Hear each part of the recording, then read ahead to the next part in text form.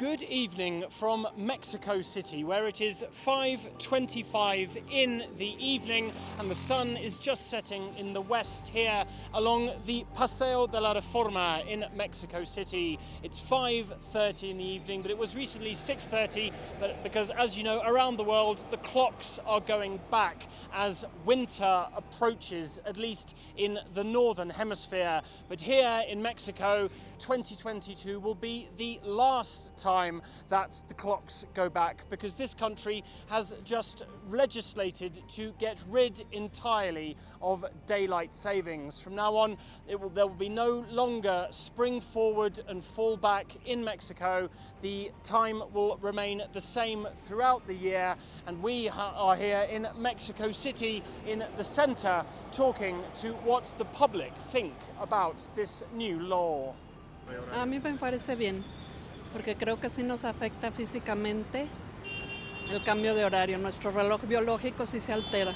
Incluso a la bebé le afectó el cambio de horario. Sus alimentos, su hora de sueño, la hora de dormir en la noche, se despierta más temprano. Sí le afectó. Esperaba el cambio de horario y sin ningún problema. Me tardaba en acostumbrar, pero al final de cuentas me acostumbré. Pero para ser sinceros, no me gusta el cambio de horario de ahorita.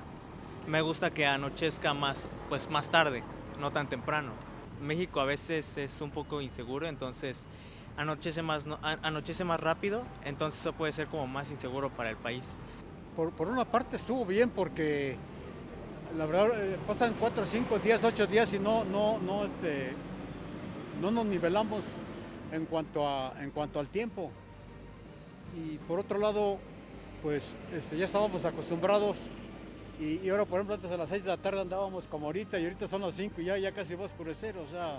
So as you can see, a great deal of mixed feelings about this new law here in the center of Mexico City. But this legislation passed to Mexico's two legislators, the Congress and the Senate, with vast majorities, given that a lot of the arguments were based on medical reasons. And there is some reason behind this. We've spoken to one of Mexico's leading physicians on this subject. It's clear that the day you change and you lose 1 hour of sleep, for some people that's very tough. Some people have their circadian rhythm very, very well established. So they may have a hard time 1 or 2 weeks. That's well known. They may have even some degree of depression. That's very hard for some people. So there may be medical reasons for the getting rid of daylight savings, but Mexico's legislature has been focused on this, and the president has hailed it as a great political victory. But Mexico is also a country with a great deal of other problems when it comes to insecurity, when it comes to violence, when it comes to the country's economy. And a lot of people have been wondering why this has been taking up so much of the news. In fact, that's a part of the president's strategy. I mean, these opportunities of moving all the public discussion towards topics like this that are not so important, that's a way to distract the public opinion away from those real problems that we have in Mexico that the current government hasn't been able to address and to solve.